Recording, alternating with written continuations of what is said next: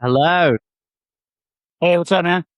So, we're celebrating 15 years collaborating, creating, and co-opting with Colemine Records. Yes, What sir. did the start of that relationship look like, Kelly? It was just two people who had a lot in common, getting to know Terry right away. There was a connection with Ohio, with my dad being from born and raised in Troy, Ohio. So that's always a nice thing when you can connect on a geographical way and, you know what I mean, just kind of talk about that. And then as we started to get to know each other and talk about music and records, influences, we found that we had a lot of similarities and we were attracted to a lot of the same records and sounds and production. And so it just kind of became an instant connection. Like you're just finding someone, when you find someone who really appreciates and digs into music and how it's all made in the process. It's, that's nerd stuff. That's geek stuff. Not everybody wants to, you know, kind of break down certain things and look at them from different sides and different approaches, but Terry and I were both of that mindset. So I think that was the main thing, just a love and passion for soul music. And you're celebrating with this compilation, which is the B-sides, singles, and forgotten gems. You've already released The Hurting Truth, which is taken from that, right? And you've got Jimmy Scratch James on that as well, playing bass and guitar, right? Yep, Jimmy, my old friend. Been working with Jimmy now since 2018, and he's appeared on lots of my stuff and toured with me. So yeah, he was in town. Jimmy's a great bass player. A lot of people don't know about that about Jimmy. He's actually a huge James Jamerson fan and has a great feel, obviously, being the amazing rhythm guitar player he is. But yeah, he's underrated on the bass, man. Yeah, okay. Yeah, I mean, I guess with him being so fluent on the guitar melodically, it makes sense for him to be able to pick up a bass and be so Well, he's great on also it a as well. student Not of always the Motown case, though. and he's a student of Jamerson, you know what I mean? That's like that's the thing is, if he plays bass, he's definitely his approach is a very James, you're not gonna have Jimmy come and play bass on like a lot of different types of songs. You really want to put him on the right thing. I wonder how that influences how he plays guitar as well. Do you think there's some Ah, kind that's a of good question. yeah? Do you think there's some kind of how do I word this? Kind of translation going on when people know how to play another instrument to when they bring it to I maybe I think usual with Jimmy, instruments. he's all feel. Jimmy doesn't. You know what I mean? He's a super smart guy, but when it comes to music, he tries not to think too much. It's all about how does it feel? How does it make him feel? So I'm not sure if he's really calculating things so much while playing the bass in terms of, oh, I know this will affect the guitar. Maybe, but I feel Yeah, like Jimmy's he's all feel, man. He's all heart. he's probably, if not the best, one of the best guitarists I've ever seen live.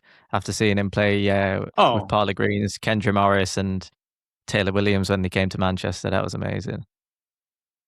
yeah. No, Jimmy is he's a one of a kind. Truly, he's a special human and an extraordinary musician. Who just like I said, he's all heart. He just loves music. He loves playing music. He loves talking about music. He loves being around music. So it's always a joy to hang out with Jimmy. So since 2011, Kelly, you've released 7 LPs, 1845s as an artist and leader of the Monophonics, 1245s as a feature or producer, writer, musician, or engineer. You've done one 45 box set and you've done a mixtape as well. Yeah. How do you churn so much music out? Because whenever I see you online, you're always working on something new. I mean, that's just what it is. I mean, that's what I do. That's what makes me happy, honestly. I love being in the studio. I love creating. I love writing. I love collaborating, coming up with stuff, producing. It's just how I've been since I was, in my late teens. I'm just obsessed I'm pretty, and that's a word that I've been throwing around a lot more because it really is truly a game of obsession. Like, I am truly obsessed with music. It is it's my livelihood. It's what makes me feel like I'm serving my purpose on earth when I'm making music. And that's just what it comes down to. I love being in the studio. I love creating, and I love being able to, the thing that people kind of lose sight of is that you start to do this, and really what you want is you want people to listen, right? You want people to listen just like, and you want people to wait for something new, just like you did with the groups that you loved, no matter what the genre was.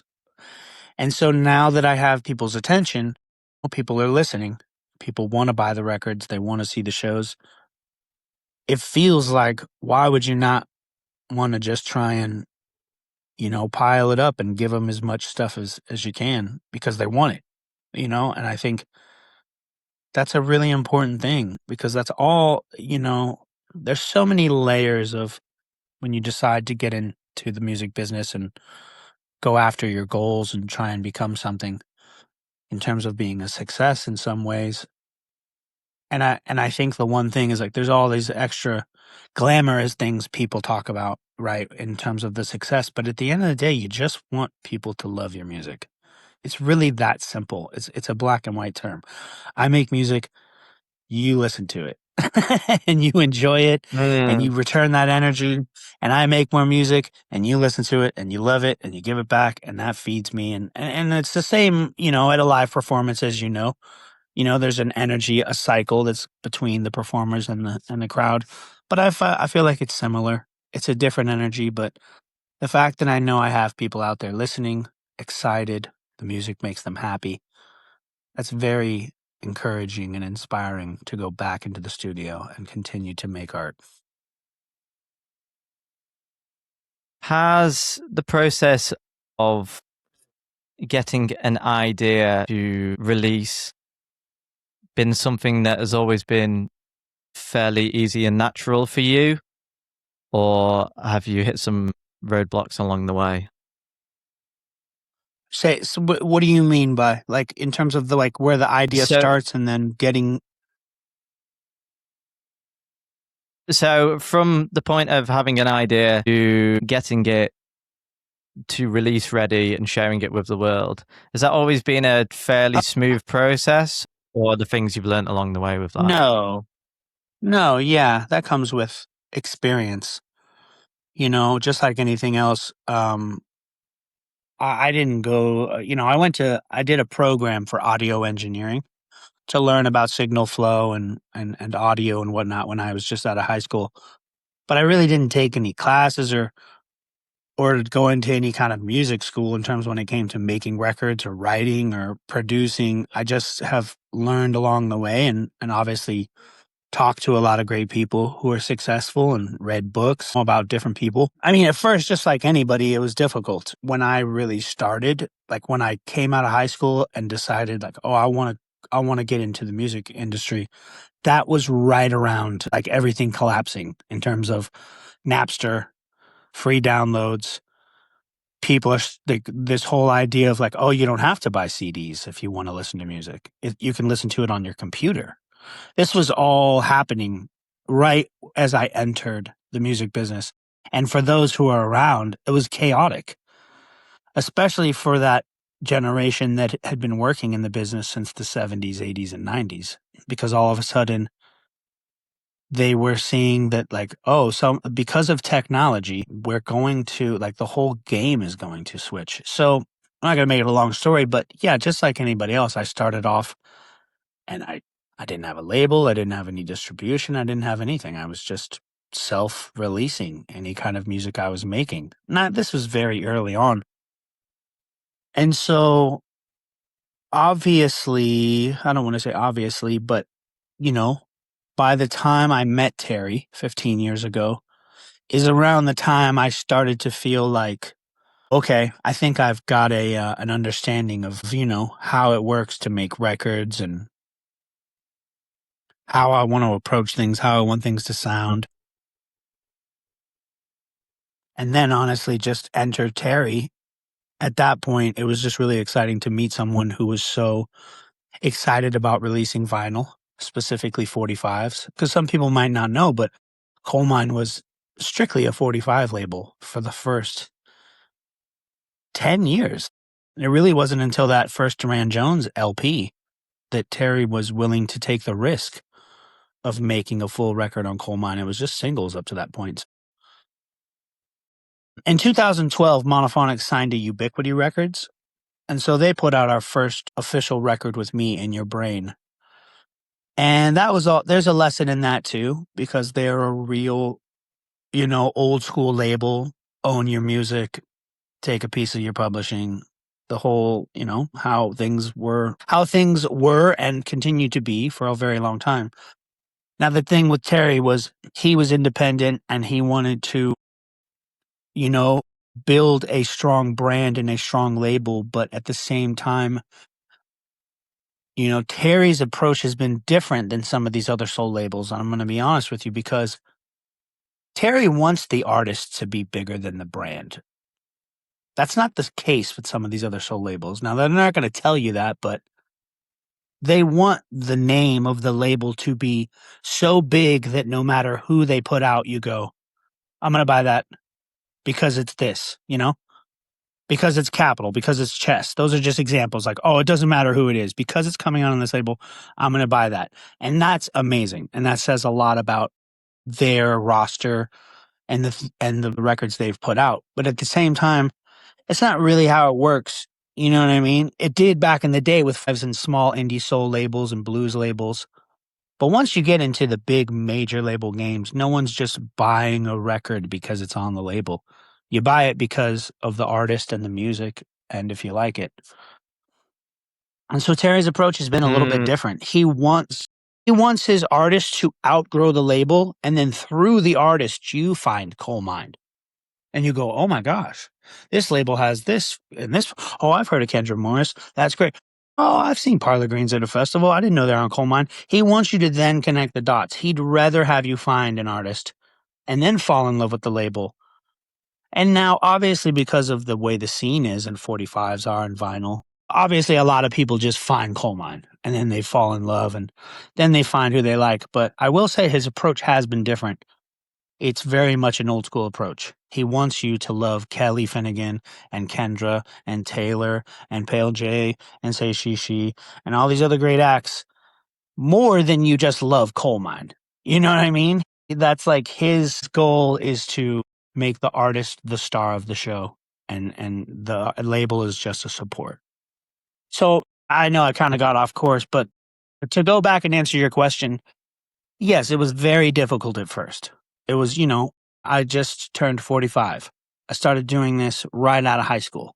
So it's been a journey.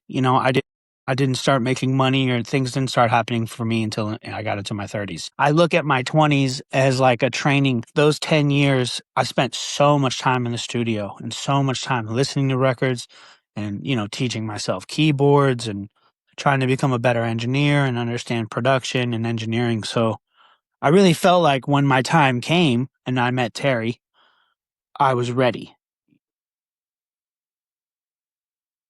Were you self-releasing anything at that point before you were with Colemine? Yeah, I was just putting things out, just literally press it up on my own and sell it at shows.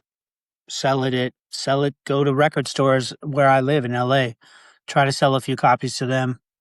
It was all very much indie, no money, just trying to do what you can with what you got. Mm-hmm. Beautiful. Kelly, on the B-sides, Singles and Forgotten Gems compilation, what can we expect on that? Where have some of these songs come from?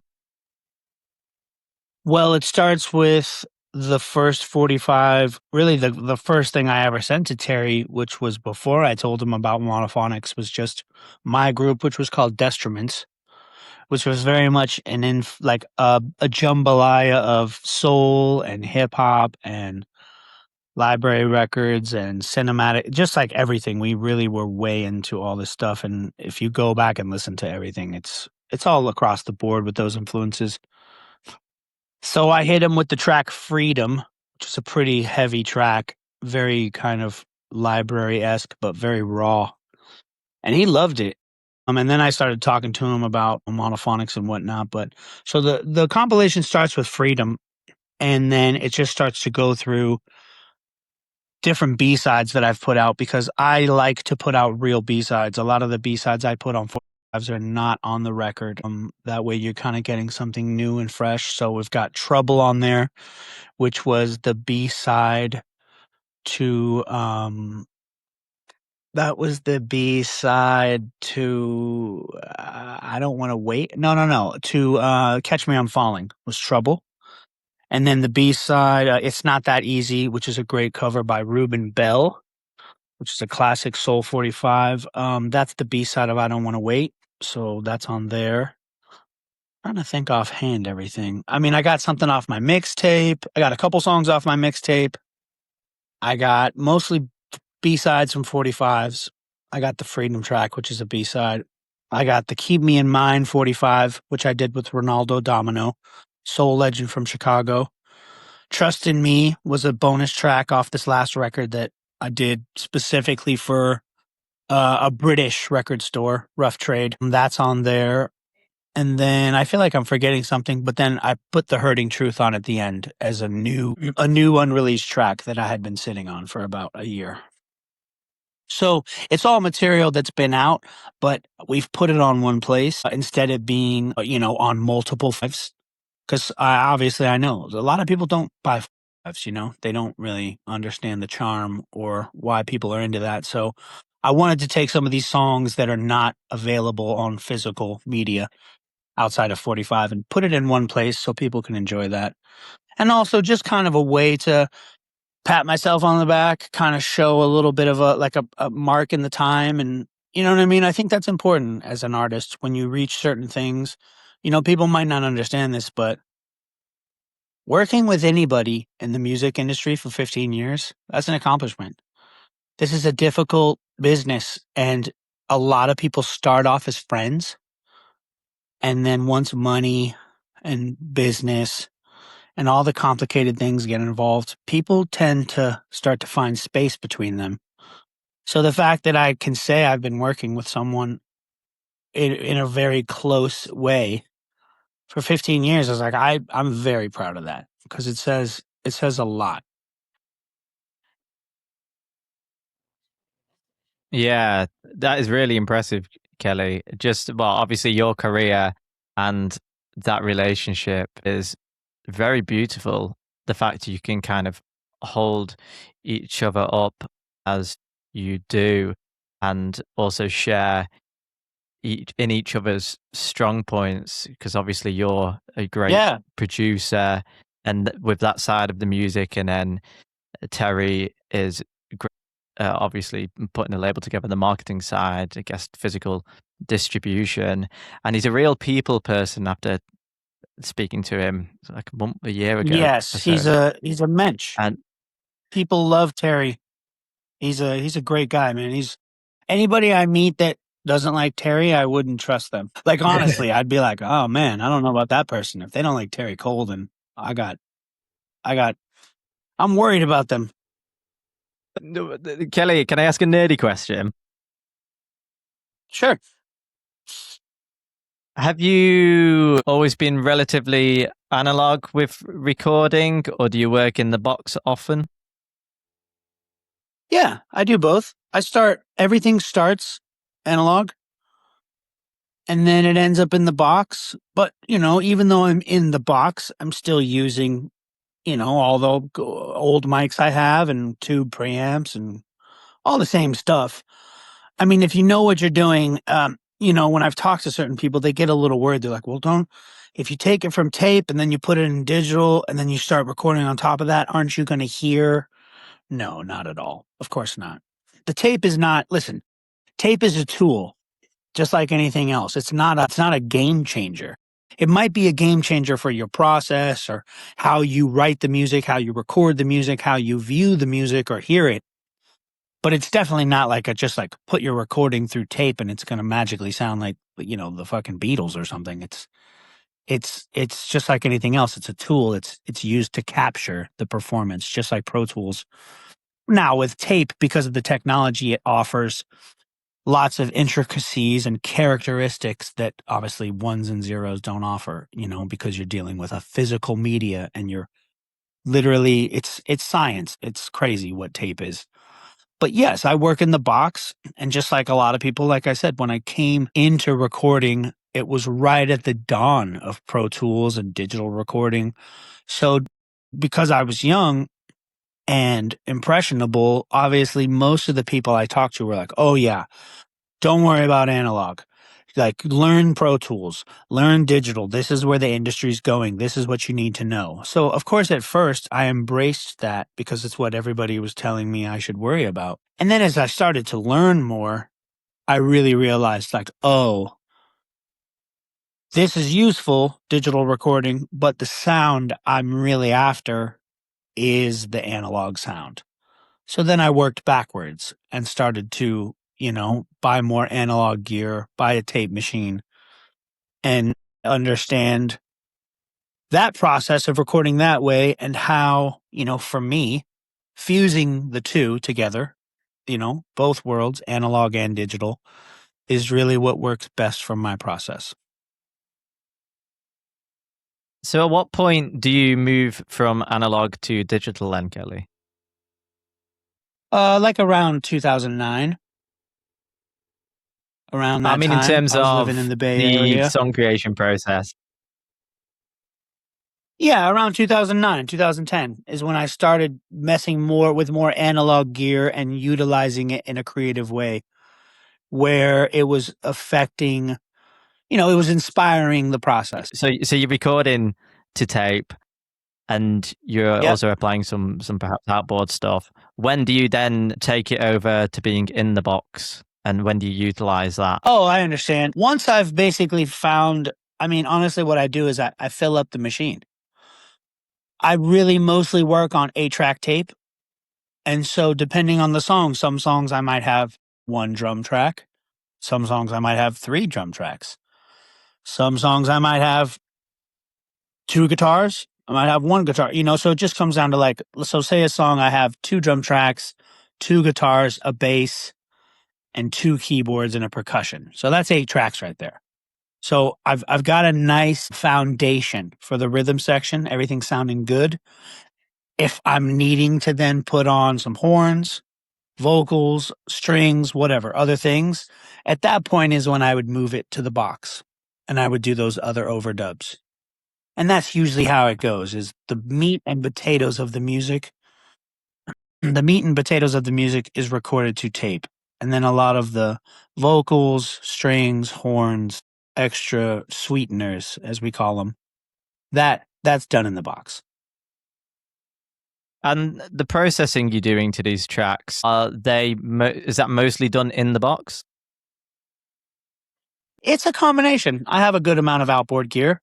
So it's really like it's like I said, these are all tools. So it just comes down to, okay, I want this to do this. I know I'm going to use this piece of gear as a physical piece of outboard gear. Okay, I want to do this other thing. I know that I have this plugin that does it really well. So, you know, I'm sure you talk to a lot of people, and I'm sure you've taken away one thing that everyone has in common is everyone's process is different. What's good for you isn't maybe good for me and vice versa. But at the end of the day, it's like, are you happy with the music? Are you happy with the end result? That's really all that matters, because the fact is we love to sit around and talk about this stuff and buy gear and all this stuff. It's cool. I love it. But honestly, nobody cares. And I'm not saying that to discourage anybody from, doing it a certain way or loving analog gear or whatever. But you just don't want it to become your whole identity, because at the end of the day, like, it's not the gear, that's going to attract the common listener. It's the song. It always comes down to the song. It always comes down to the song. The song always wins, because it doesn't matter if you recorded it on your iPad or a frickin' tape machine from Abbey Road from 1960. It's like, oh, I don't like this song. That's what they're going to think. They're not going to think, oh, well, I don't like this because it's not recorded on. You know what I mean? Like, just the common person who listens does not care how you delivered this music to them. You know what I mean? So that I say Mm. that just in the terms of it's easy to get lost in the sauce. Like, oh, I want to buy this and I need to get this and this is all going to help me with mine. It's like, no, no, no. Write good songs. Like, I promise you, if you can do that first and foremost, how you record it and present it to people, you'll figure out that, yes, that's very important, but it's not as important as knowing that you've got a good song on your hands. Yeah, it almost gets to the point where it becomes workflow dependent, or obviously song dependent, and then what you know are the best go-tos for what you're looking for, because it's so personal through the studio process. You then, once you've started using more gear, think, oh yeah, I'll do that for that tone, or I'll use that for this, and it's so dependent on Yeah, then that producer. Yeah. engineers are creatures of habit. You know what I mean? Like they're not constantly historically what has pushed engineers to think outside the boundaries and try new shit is the artist.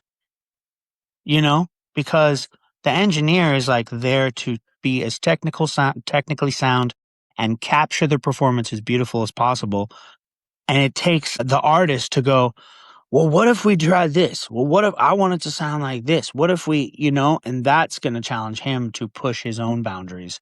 Most engineers are just, they want to get it recorded well and they want to get it done fast. Not like in a hurry up, but just when you're ready to go, they want to be ready to hit record and capture it. They're not going to be like, hold on, I really want to try this new compressor. And then I'm thinking I'm going to try it. And it's like, wait, I'm ready to do the vocal, man. What are you doing? It's like, no, that experimentation has traditionally come from the artist pushing the engineer to especially the best example of this, if someone wants to geek out, is the Beatles and Geoff Emerick. The Beatles were the ones who truly started to push Geoff Emerick into what became Sergeant Pepper's. It was their artistic vision of like, hey Jeff, can we try this? Hey Jeff, this is what we want. What do you think we should try?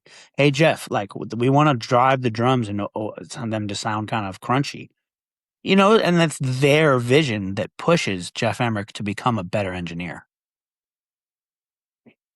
It's wild to think of where their influence would come for those decisions, which I guess you can get a bit spiritual about that and talk about intuition. Well, you can get spiritual, perhaps. but it's also at that same time, it's not that different from the last 10 years in a different way of technology is moving so fast in the studio starting around the 60s. You have these new machines, you have these new boards, like, oh, you have limiters, you have compressors. People are figuring out tape delay. Oh, okay, here come guitar pedals. What's this? Oh, fuzz, phasers, delays. So technology is inspiring them. Their youth is inspiring them. Culture is inspiring. And as we all know, drugs. That's I don't really care how you feel about drugs or alcohol. The fact is that has been a component in the studio for as long as people have been making records. There's been a bottle of gin or a joint or some, you know what I mean? Something that's just something that is common. Musicians, artists, creative people like to dabble in a good time. You've even got people like Prince, even Michael Jackson and Quincy Jones staying up as late as possible to get their minds in that state where they're almost dreamlike, which I find is quite interesting and almost a form of It's that very interesting. as well. Yeah, it's wild to know that some of the most famous recordings were made while the world was asleep, right? Like everyone's nestled in their beds and then you have this like off in this studio, you have this group of people creating this magic. It's very cool. Kelly, before I let you go, and thank you so much for taking the time to chat. Is there a song or an artist that is really inspiring you at the moment, and why? I'm very much, I would say, I'm always inspired by someone like Michael Kiwanuka. I really appreciate his approach and the way he presents himself as an artist. So I would say he's definitely someone who I've looked at since his first record, Home Again. is just a very, a very admirable human being and artist. Stays very true to what he does, which I really love. I would say most recently, I'm really happy to see Leon Bridges hook up with Jungle. I love Jungle. I think they're a fantastic group. I love Loaded Honey, the side group of Jungle. That record came out last year. I don't know if people know that. And Leon has had a cool career so far, coming out and being really kind of grabbing people's attention as kind of more of a classic soul type artist. And then, of course, embracing lots of different sounds and things. Now, I think I really love seeing people collaborate. So to see those two artists come together is inspiring. I'm excited to hear the record. What would be a dream collaboration for you at the moment, Kelly? I'd love to work with Leon Michaels. I'm a big fan of his, and I'm lucky, I'm a big fan of Dan Auerbach's, and I'm lucky I've gotten to work with Dan a little bit. So that's nice to be able to check that off the list. So I think for me, Leon would be next. I really admire what he does as a producer and writer and just an overall influencing musician. That would be exciting. Ooh. Kelly, congratulations on 15 years with Colemine Records. Thank you, Elliot. Always And nice to talk to you, brother. The upcoming release, B-sides, singles, and Forgotten Gems. When is this coming out? This is coming out August 15th on Colemine Records. A lot of people have realized that they can stream the record now because, like I said, these are all past releases. So I've gotten a couple messages like, "Hey, man, the record's streaming." Like, yeah, I know. Don't worry, those are all songs that are released. So, but the physical record hits stores August 15th. Colemine Records. And I got a new Monophonics record next year. I got a record I produced for Andy Gabbard on Karma Chief, and I'm working with some other artists as well. So lots of stuff coming up. Excited. Kelly, thank you so much. Lots of love, man, as always. Thanks, Elliot. Yeah, man. Nice to talk to you. Ciao. Have a great day. Yeah, peace, brother. Cheers.